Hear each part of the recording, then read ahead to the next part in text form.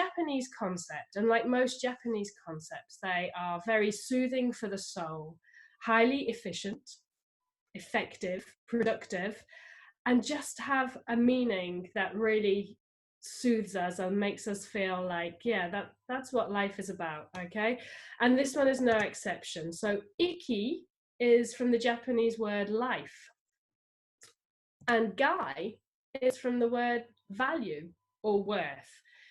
Now, if we put that together in English, life value or life worth, it doesn't really speak too much to us, and there's no actual translation. In French, they have the nearest closest thing, which is raison d'être, the reason for being. And I guess in English, it would be your purpose in life. We hear an awful lot about finding your purpose. What's your purpose? Do your purpose and you're in alignment, but what is it and where do we find it? Okay, because that's often a really big and very daunting question that we ask ourselves. So I'm going to take you back a bit, take you back to when you were a child, okay, and you were playing. And the reason I'm going to take you back is because I saw this on a TED talk about Ikigai, and it really resonated with me. The speaker had a comic picture up, and on the comic picture there were two children playing in the bedroom with toys, and one of them said to the other, "What are you going to do when you give up?" And I say the words give up and not grow up. Why is this so important? It's because at some point in our life, we actually renounce and stop doing what we really love, what we're really good at, because society wants us to do something different. Our parents want us to do something different. Teachers who have not motivated us, or we've not felt in good care with them, you know, we felt let down with them. And so we've gone into an angle or into a job or into a business or a company or an organization or a sector, and it's not actually what we wanted to do. So I'd like you to reflect on that. What are you going to do when you give up? And possibly write down, what did you do when you gave up? Would you like a couple of minutes to just write that down? What is the job that you actually did when you gave up?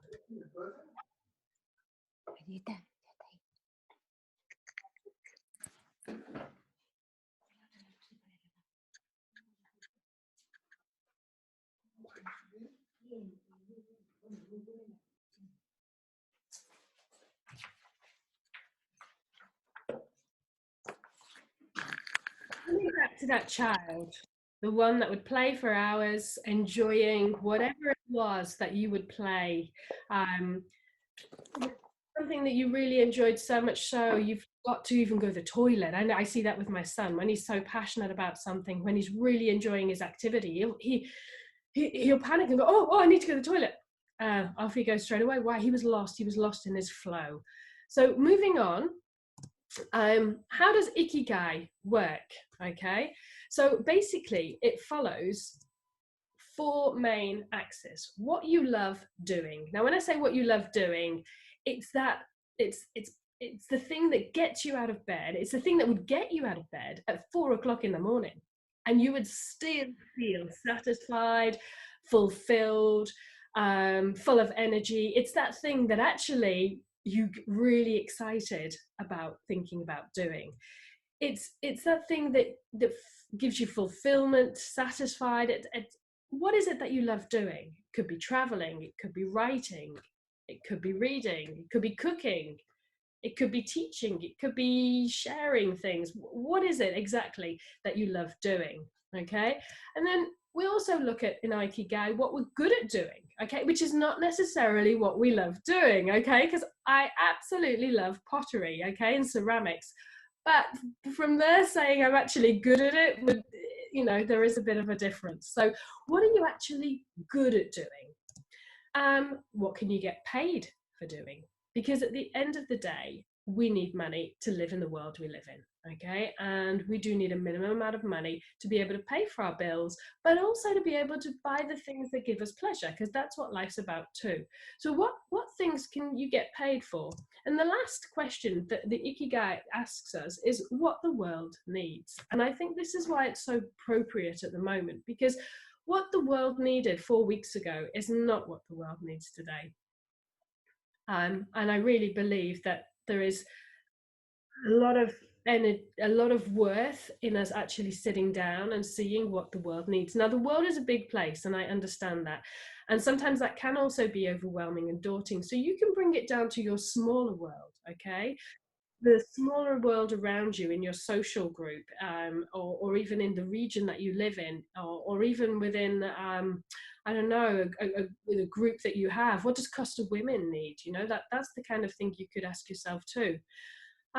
So moving on, for those who are very visual like myself, so this sort of speaks more to me, and we have the 4 axes. So the first one, what you love; the second one, what you're good at; the third one, what the world needs; and the fourth one, what you can be paid to do.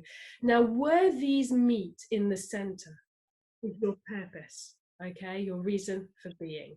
Now, I'm going to show you now how we work through that. Now we've had a look at what Ikigai is.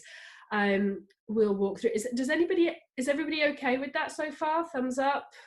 Yeah, I'm going to sort of, yeah, any questions for those who kind of joined late? Is everybody okay with that? I'm sort of looking through here. So let's move on to the next one. So how do I do it? Okay, that's the next question we're sort of going to ask ourselves. How do I do it? So I would like you to draw on your piece of paper a big axis like that with 4 quadrants, okay? On a big blank piece of paper. When you've done that, just give me kind of a nod or a thumbs up so I can kind of see how everyone's getting on. Okay, cool. And the first top left corner, we're going to write what you love doing.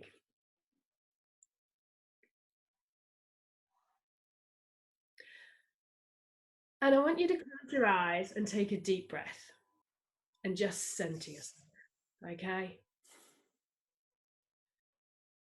What do you really love doing? What makes you feel really happy, really motivated? What would make you cancel all those things that you've got to do, those obligations? What would make you go, hell no, I'm going to do this? What is it that you love doing? Now, I don't want you to think about your job. I don't want you to think about the end result here. I don't want you to think about your purpose. I want you to think about what you really love doing. Gardening, walking, traveling, singing, whatever it is. I'm going to give you 2 minutes now. I've got my little timer on here, so I'll give you 2 minutes to fill that in. If you're finding you need a bit more time, please just sort of signal to me in sign language that you need more time. Maybe that one could be a good signal.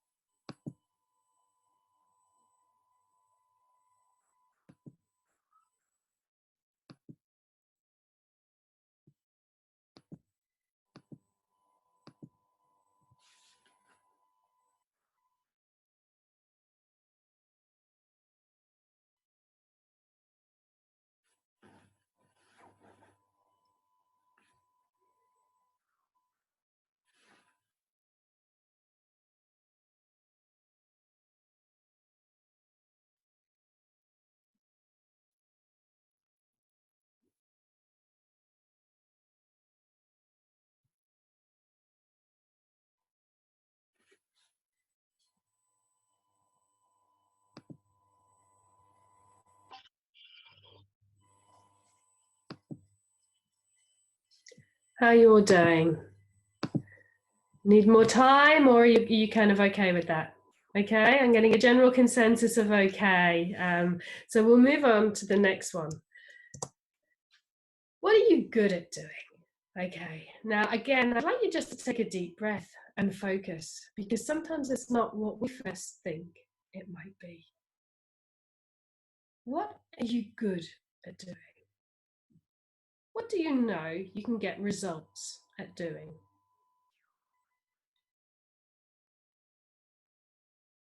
Again, I'll give you a couple of minutes just to write that. What compliments have you received lately? Where do you know that when you do it, it gets the reaction you need? The impact, the results.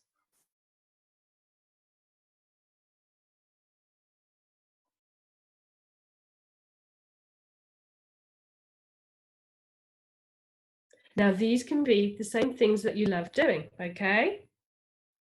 This is not a separate list. So look in what you love doing and possibly sort of look into there and say, well, what out of what I love doing am I good at doing too? Okay, and you should have some doubling up on there.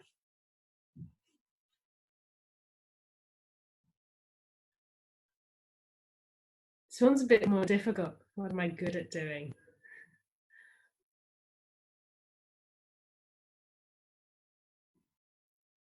What is it that if you stop doing, people would miss? Because that way you're being helpful to them, obviously.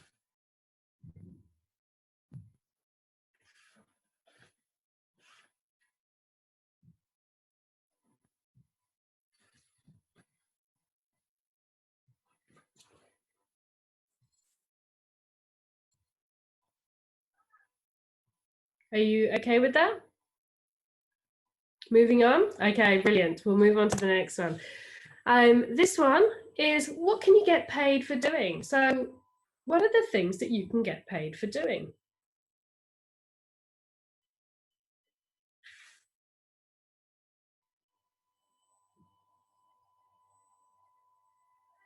Again, it can be things that aren't actually on what you love doing list, you know, it's like, what is your current job? What are you getting paid for? What other things could you get paid for doing? What other things are people willing to buy because they need it, because they want it, because it helps them? What services are out there that you could actually invoice for, or products that you can make?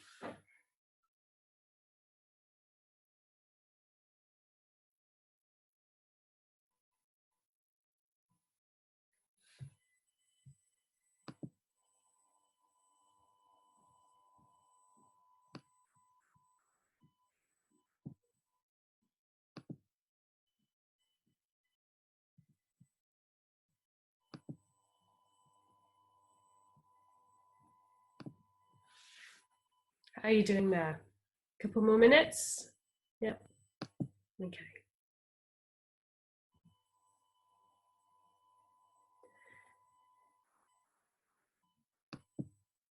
Now, the idea of this is really to take you out of a frame of thinking about the end result, but actually just being in the moment with the things that you're coming up with, okay?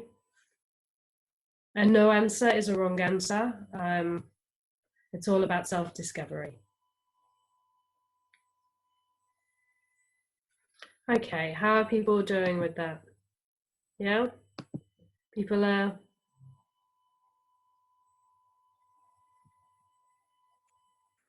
Yep. Okay. A couple more minutes for that one, actually. I can see people really studiously writing things down. That's awesome. Lots of inspiration. Yeah, great. Great.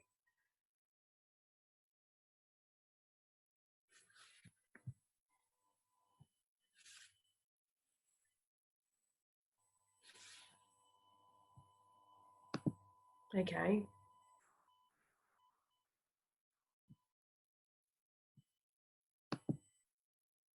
And this doesn't have to be big, long sentences, bullet points, pictures. You know, if you're into drawing, you can draw your little icons of things that you want to do and you're good at and what you can get paid for, and write them down as words, keywords. They don't even have to go too much in detail just yet, okay? And you'll probably find as well, and this is why I kind of would like you to write it down here and then take it home with you, is because you'll probably find you want to add to it or possibly change some things as you're processing the whole Ikigai concept. So at least you have things written down there to help you as a springboard. Okay, and we'll move on to the last one, which is the most important one at the moment, and the reason why I feel we need to look at our Ikigai is what the world needs. What does the world need? Again, it doesn't have to be the bigger 7 billion of us, you know, it can be your smaller world. But what does that society in which you're living in need?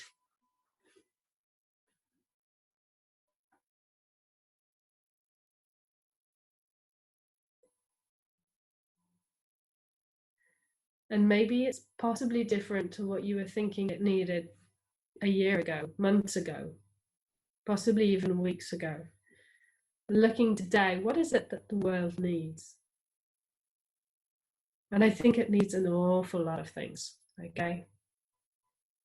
An awful lot of things we possibly didn't even think the world needed. So this is a great opportunity for us to actually just, sit back and have a think. What does our environment need? What does our immediate social circle need? What do our children need for the future? What does the world need?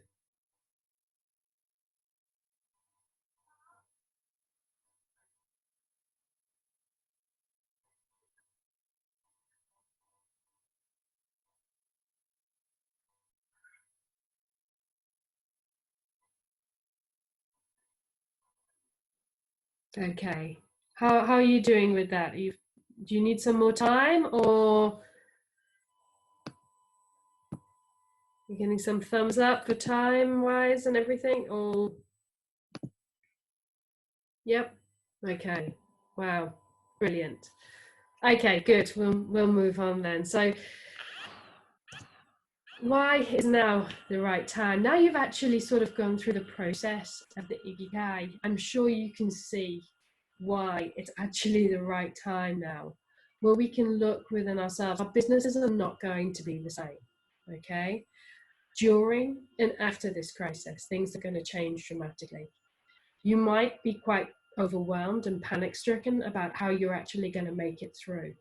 But this is where being a leader is absolutely essential, okay? This is where actually taking your purpose, looking forward and saying, what can I do, not only for my business, but for the world? What can I do to move forward? My business is no longer going to be the same. I accept that. We're not going to get back to normal. Normal does not exist after a crisis like this. And unfortunately, I don't think it's going to be the last crisis that our generation sees, okay? I think they will see more. That's not me being tragic, it's being realistic. And I think the best way is we can prepare and actually take stock of what's happening and look at how we individually can actually change the way we work, the way we employ people, the way we treat our clients, the services we offer our clients. And I think this is great. A great starting point for this is actually looking at your Ikigai. So as you see in the state, the world is an emergency state at the moment. Things are changing rapidly. In fact, they're changing so quick, not even Facebook feed is able to cope with the demand of what's going on. The feed is not quick enough, it's not reactive enough, it's not giving us enough things, it's repetitive. Facebook did not plan on that ever happening, and look how things have changed, okay? Another thing, there's lots of turmoil, you know, it's pretty bleak out there at the moment. We really don't know where to go. There's lots, if we sit and watch the TV all day, it's really easy to become quite depressed. The most important thing is to take our sources of information from reliable sources, accept what's going on, but also know that, you know, that I'm in my home, I'm looking after myself for greater good, and we can use this time to think and be creative and be innovative, be visionaries and be leaders. There's lots of uncertainty, but you know what? I challenge this one by saying life is generally uncertain. We just don't realize it. Okay. Anything can happen at a turn like that. Okay. And so I believe that whilst there is an awful lot of uncertainty, that shouldn't rock us too much. Okay. We need to stay stable and unshaken. There's a lot of fear. There's fear, but I really believe the fear is more about the future than actually contracting the virus if you're not in a vulnerable position. But we can combat that by being optimistic, by looking at our Ikigai and seeing how we can really dig deep and actually put something optimistic out there and be opportunistic. And finally, this emergency state is actually a reality. Whether we like it or not, it's happening. And it is our day-to-day life, and we're doing the best we can. Okay. Yeah, JFK wrote something which I actually believe is quite apt with the Asian theme, which is when written in Chinese, the word crisis is composed of two characters. One represents danger and the other represents opportunity. And I feel that that actually sums up quite well what the coronavirus is at the moment. And not just the coronavirus, because whilst that is the name we're giving to it, it's the impact both financially and socially on the world. So what opportunity can we take? And I don't mean, I don't know if any of you have read the post I wrote on my Facebook page. I don't mean opportunistic, let's sell masks and make a quick buck and that's us done for the day. No, what sustainable choices can we make for the future? So now that you have your Ikigai or are on the way to getting there, I'd like you to look back at your piece that you did, your four axes, and I'd like you to look at what common denominator you have found between all of those four areas. Okay, so I'd like you to take a highlighter or a different color pen and actually circle families, groups of families that are coming through. Okay.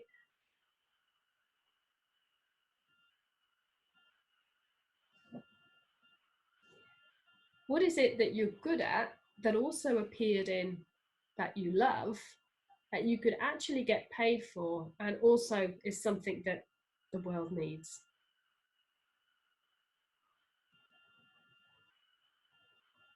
Now, some might be very obvious. You might have that same keyword or picture or icon in every one of your four columns. And for others, it's going to take a little bit more time where you kind of really reflect upon what it is in each of those that actually is very similar and is something that you can do.